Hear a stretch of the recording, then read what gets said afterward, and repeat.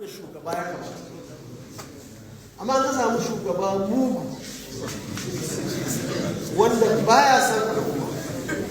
In shekara azahar ma ya ce ku zo mu turo yara ba sa su, in ma sai sun tura sai su ɗauko ko ɗan kwamishinansu ko ɗan kakansu su tura. Duk waɗannan abubuwa ne waɗanda suke alhamdulillah dimokuraɗiyya ta yi harshe, gaskiya kullum tana fitowa. Da muna tare da su suna ta bi ashe ba shi ne a zuciyarsu. Ran da suka samu dama ran da gaskiya suka fito, kiyayya ga al'umma.